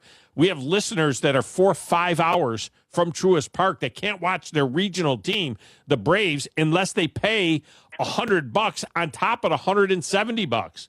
And I'm like, on what planet does this make sense? If I watch a decent number of Braves games, I might want to drive over and go to a few games, get the fever going. they like non-existent to me. I see 5 or 6 Brave games because I'm not ponying up another $100 when I'm already paying $170, to MLB.TV so I can watch out-of-market games. I mean, it's nuts. And then you get the games that all of a sudden you turn around and they're blacked out. I mean, listen, Rob Manfred's done a lot of good things. I believe that. I really do. I like a lot of the changes he's made to the game. This broadcast TV situation is a nightmare. Nightmare. Yeah. And they're going into a year where, at least at the start of the season, where you can't fly to a game because God knows you're going to sit in the TSA line for 3 or 4 hours, so nobody's flying anywhere. And you know what? At $3.50, $3.70, $3.80 a gallon, who's driving? Who's going to make that drive to go to drive? Well, you know what? I'll drive to Cincinnati. I'm blacked out of Cincinnati Red games. I live 5 hours from Cincinnati, and I cannot watch a Cincinnati Reds game. I mean, it's ludicrous. Crazy. Yes, it is. And baseball's got to get it figured out because also the sports fan doesn't have this issue with any of their other sports. So why are they going to tolerate it with baseball? Yeah. And well, that's not only that, like you touched upon, the momentum from last year's World Series, then the WBC. I mean, this is the best spot that baseball's been in a long time. They're getting younger people to watch their game. The games are 30-plus minutes shorter. There's more emotion in the game. There's young stars in the game. And we're going to shut it down. And then I don't know how much of the problems we're going to resolve either. Well, with baseball, if there's anything that anybody knows about baseball history, maybe the young folks don't understand this, this is actually part of baseball's legacy. Baseball screws up baseball, and they've been doing it for 100 years. I mean, really have. They've been doing it going all the way back to the betting scandals of the last century and everything else. Baseball has a unique way to completely shoot themselves in the foot over. They try to kill the sport over and over and over again, and we just eventually come back. But, man, at some point in time, these young folks, they have a short attention span. They lose them. They'll lose, and they're going to lose them to hockey.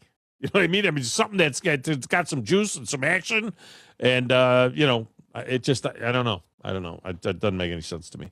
David Moulton has been our guest. The reason, very quickly, I know you got to go.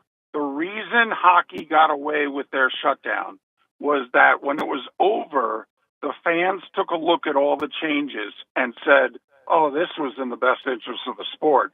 The product on the ice is going to be a lot better." And we like the whole salary cap thing. And so that's why the fan tolerated it in hockey.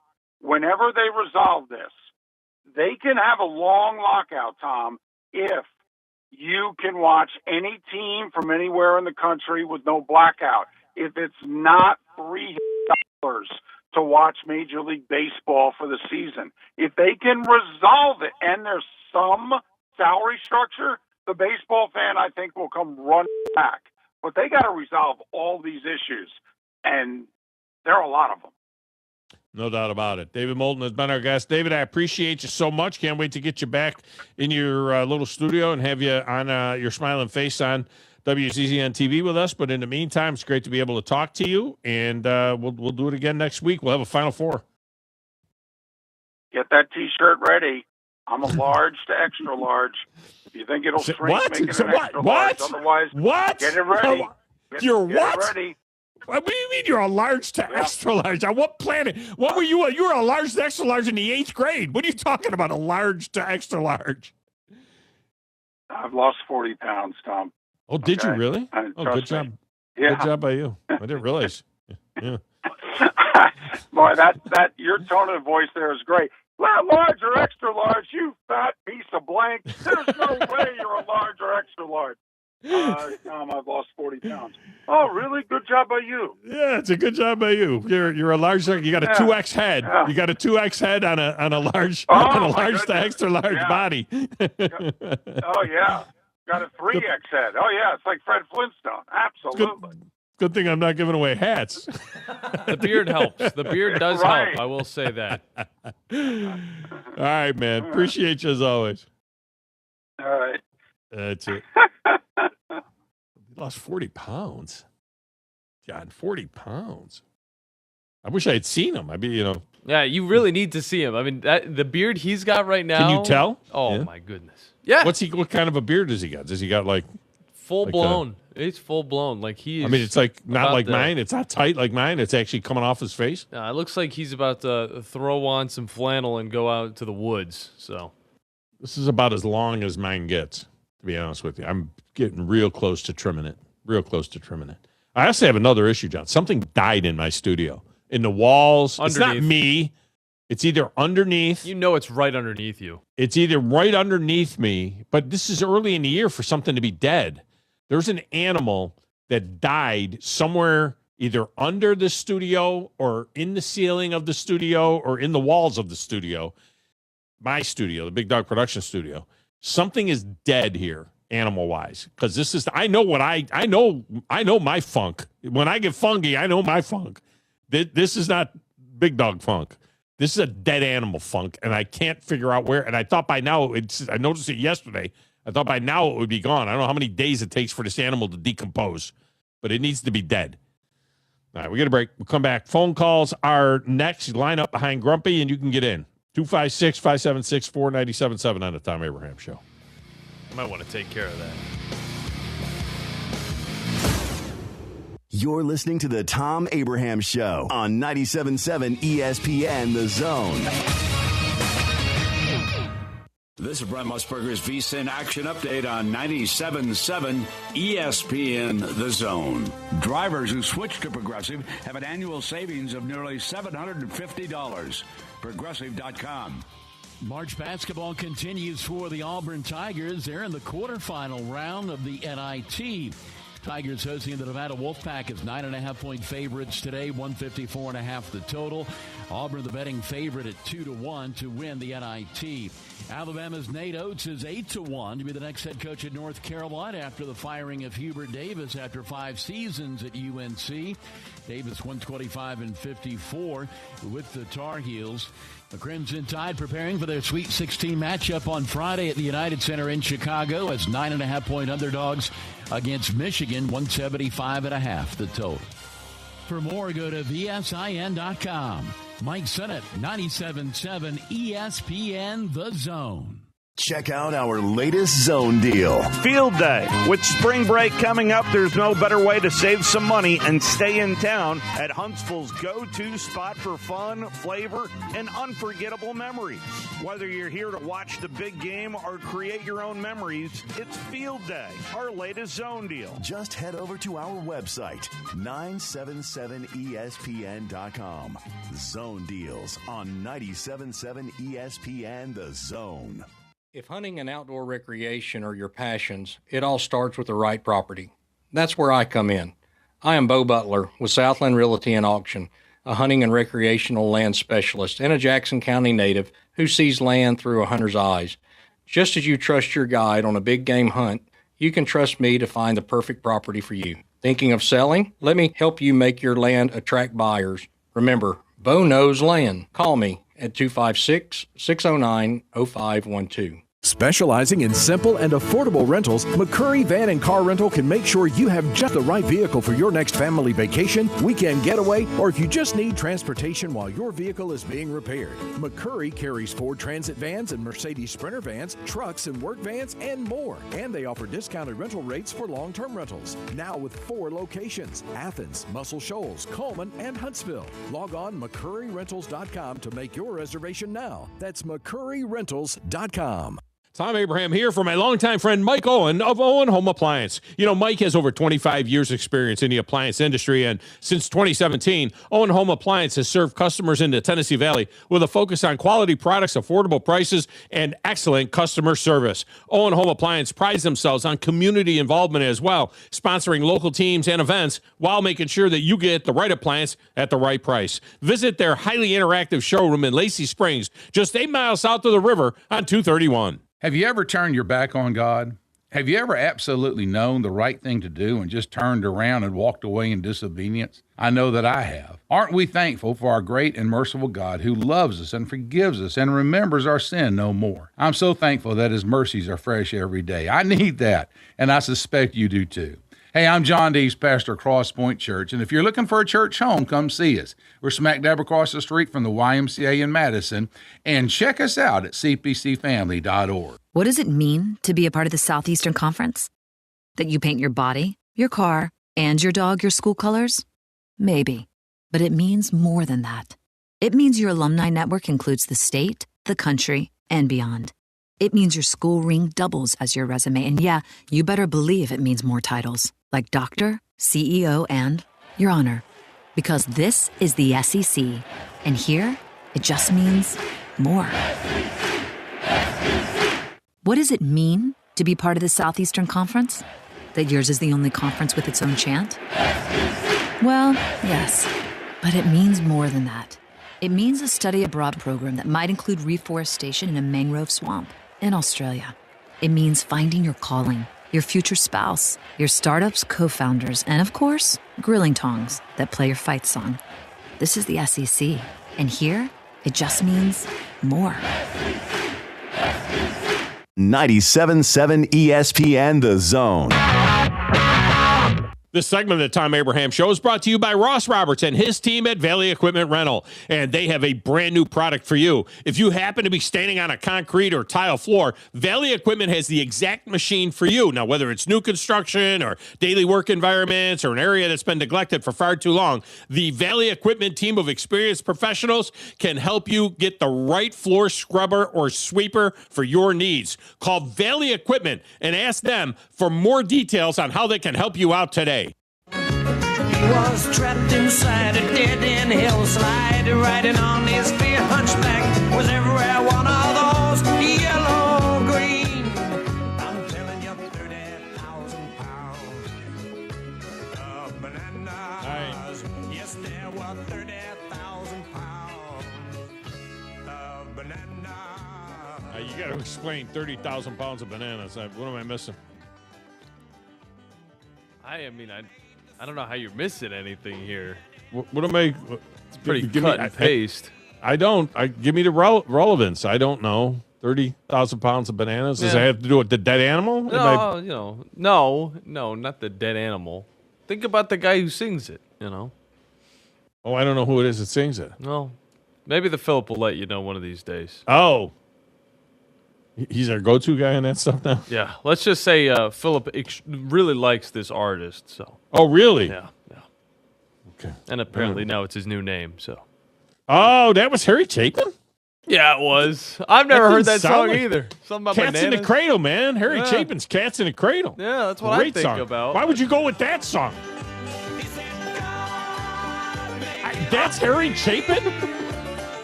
I've never heard that. That must be a deep cut. Definitely if I'm going Harry Chapin, I'm going Cats in the Cradle, man. Yeah, that's what everybody goes with, though. So I don't know what else Harry Chapin ever did other than Cats in the Cradle. Apparently 30,000 pounds of bananas, because that's the song's name. Okay. Didn't know. Let's go to lines. Grumpy is up. Grumpy, welcome to the show. How are you? Hey, pretty good. So is every Thursday Throwback Thursday? Every Thursday is Throwback Thursday, and the guys pick some sort of a theme, and away they go. Okay. I want to hit you with a song that you've heard at least 50 times in your life tomorrow, and see if you can recognize it if I'm lucky enough to get it on the air. Hey, but listen, when you go out and eat, and do you consider, a lot of people eat oxtail, which comes from beef cattle. If somebody brings you an oxtail, do you consider that a cut of beef? No. I don't even... Oxtail? You mean like the actual tail of the ox? Sure. Yeah, absolutely. No. Yeah. No. It's called oxtail, but it comes from beef. Tongue, tail, none of that stuff is the actual thing. In my opinion. Of beef. Well, I liken calling Pearl a first-year coach to an oxtail being a cut of beef. I don't afford him the leniency that term usually dictates. He's been there forever. The kitchen wasn't bare. And I just don't like, usually when you use the term first, technically he's a first-year head coach, but he doesn't get any of the leniency from me. And your guest earlier talking about Auburn said the term first-year coach like 3 times. And I'm just like, every time he said it, I was like, I don't know. So if you win the NIT, Thom, what are your thoughts on that real quick? It's not the Grumpy Show. I want to say my stuff and get off the air. What do you think about that? I don't know. What do you chant? We're number 69. We're number 69. I mean, I don't know. Yeah. I don't even know if you hang a banner. I don't know if you hang a banner. I mean, it's good game. They're games. Question. They're game. I wish there was a preseason NIT. I wish you took the best 32 or whatever preseason favorites or whatever and play a preseason NIT and hang that banner if you want. But if this tournament, and there's another one. There's 2 other. One of the players said, we have a chance because there's the college something classic. One of the Auburn players said, we have a chance to be one of only 3 teams in America that win their last game. And I was like, man, really? You're going there? You're going there? You're going to win your last game? Yeah. So really my question to you was, do you afford him any leniency? The term first-year head coach, I mean, how do you feel about that? I did. I give him a lot. Yeah, I mean, he was the assistant head coach, for the last 3 or 4 years, I guess. He was there, 13 years?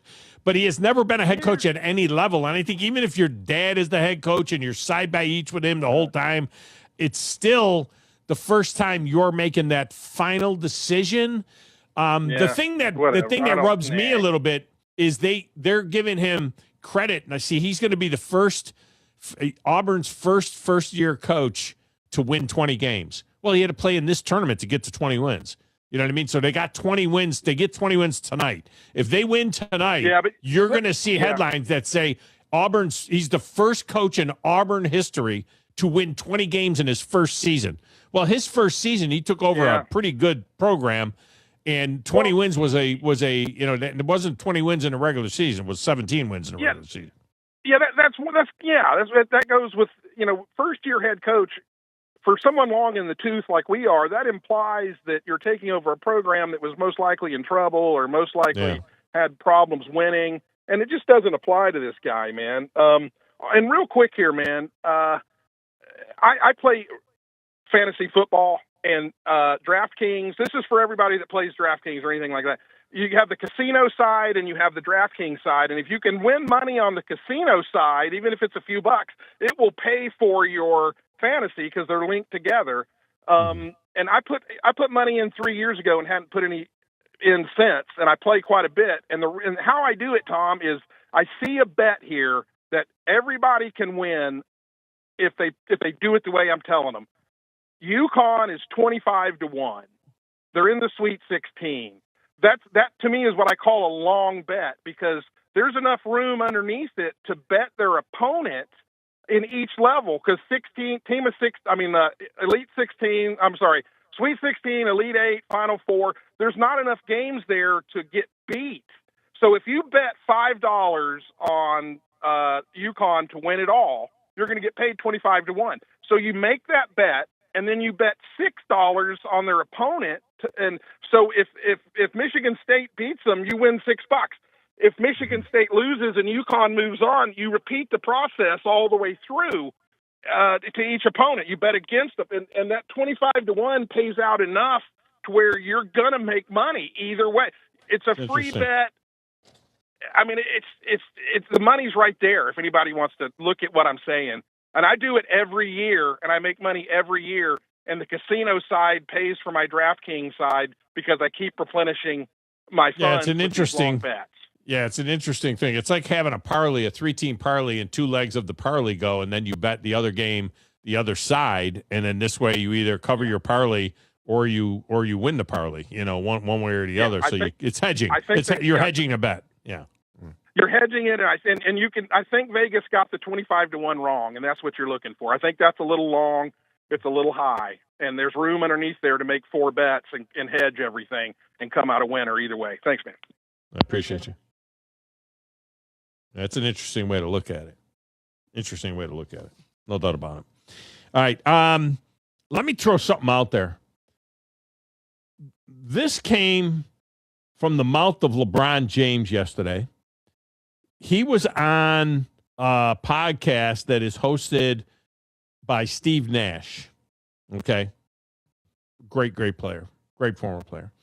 And LeBron James was talking about his teammate, Austin Reeves. Okay. And he said this.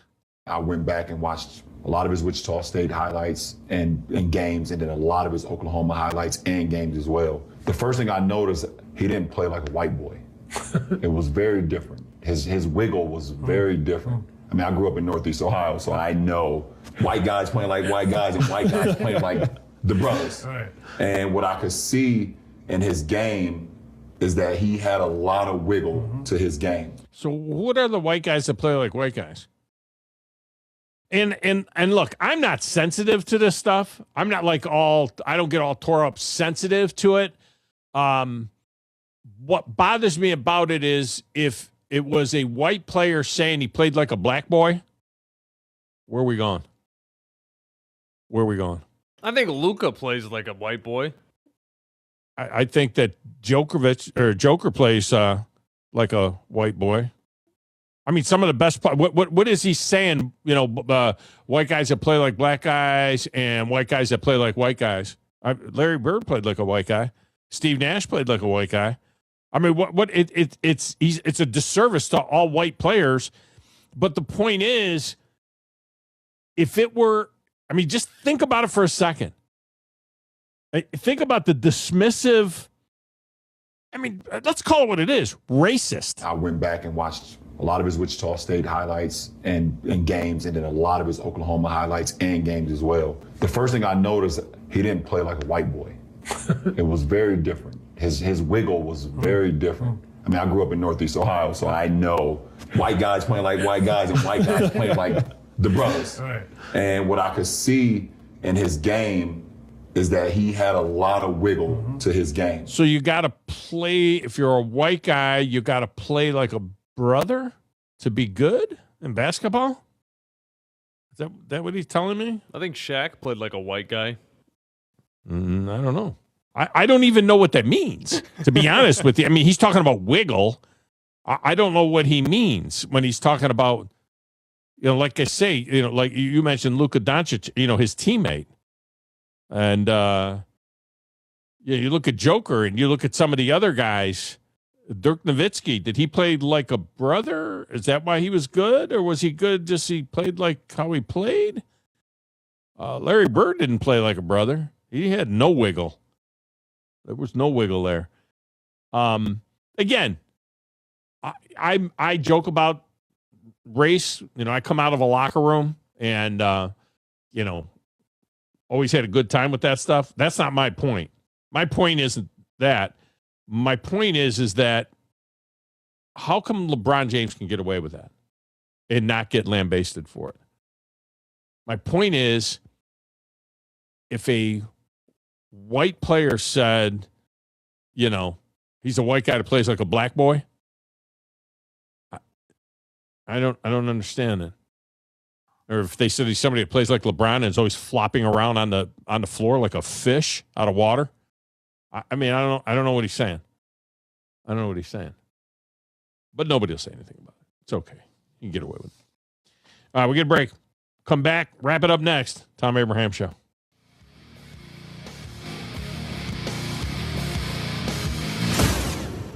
You're listening to the Thom Abraham Show on 97.7 ESPN The Zone.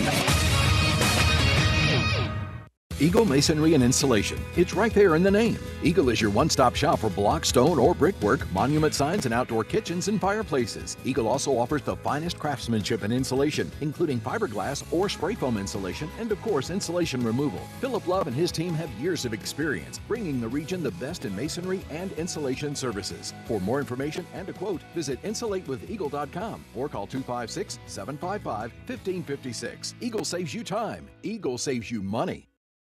Since 1983, Berkshire Hathaway Rise Real Estate's Ann Adams has been your local go-to real estate expert in the area. As a buyer, you can trust Ann's in-depth knowledge of the local housing market to narrow available properties down to those you'll be interested in, saving you time when shopping for a new home. When you're ready to sell, Ann's expert negotiation skills will ensure you get a fair price and hassle-free experience. Call Ann Adams today at 256-337-2625 or email annadamsrise@gmail.com. You invest in your customers with your heart, soul, and skill. Well, it's time to invest in yourself with the next generation Cat 255 compact track loaders from Thompson Tractor. After all, those who give their best deserve the best. And this machine has it all, with features that include a more powerful engine, tri-axle truck loading capabilities, a spacious cab, and a smooth ride for all-day comfort. Thompson Tractor knows how much value you place on your customer satisfaction. It's how you build your business. It's also how we build ours. Since 1957, hardworking folks like you have counted on Thompson to provide the absolute best lineup of equipment in the industry, all backed by a customer service and product support team that time and again have proven to be second to none. It's all about maintaining peak performance. Always has been, always will be. Visit ThompsonTractor.com for details. Thompson Tractor, we're here for you. Westwood One presents Great Moments in Tournament History. Brought to you by John Deere. Nothing runs like a deer. Just the way they drew it up. A play called Pacer puts Valpo on the map.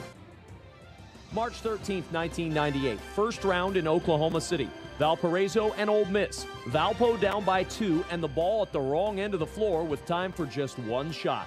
Coach Homer Drew designs a Hail Mary play named Pacer for his son Bryce. 2.5 seconds to go, down 2. The inbounds pass thrown to half court. Jenkins catches, gets to Drew. Right wing three-pointer. Good! Valparaiso has knocked off Ole Miss. The Crusaders continued their wizardry the next game, winning in overtime against Florida State to advance to the Sweet 16. Their great run ended in the next round when they lost to Rhode Island. But Drew's three-pointer will always be remembered as another great moment in NCAA tournament history. I'm Kevin Kugler. 97.7 The Zone. Where's the best place for sports? What about the best place for wings? If you answered Jefferson's for both, you're right. Jefferson's is also a great place for value. Every Monday, kids eat free with the purchase of an adult meal, and teachers bring your teacher ID and you eat free every first Tuesday of the month up to $15. Jefferson's, best place for sports, best place for wings, in Hampton Cove and our latest location, now open in New Market on Winchester Road. Your Fox 54 weather.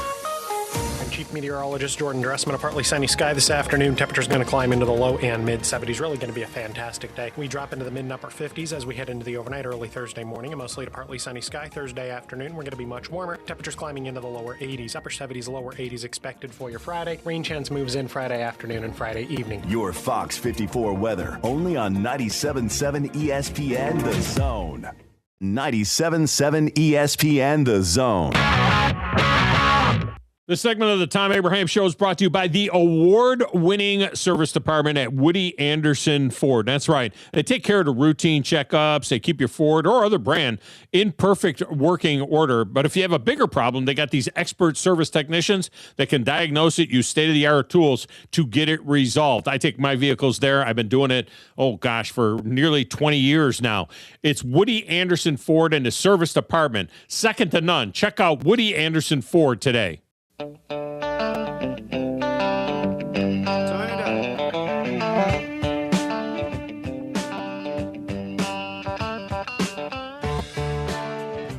Hopper. So did Grumpy give you the song that he wants to hear tomorrow during the Throwback Thursday? Okay. He will. See what he comes up with. Pete Maravich played like a white guy. Because he was a white guy. Jason Williams played like a white guy because he was a white guy. Steve Nash played like a white guy. John Stockton played like a white guy. They were white guys.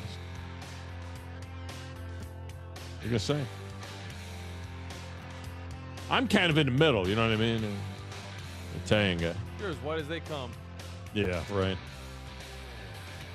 All right, that's going to do it for us. We'll do it again tomorrow. Until then, for the boys on the other side of the glass, I'm Thom Abraham. Have a great day, everybody. This is Brent Musburger's VSiN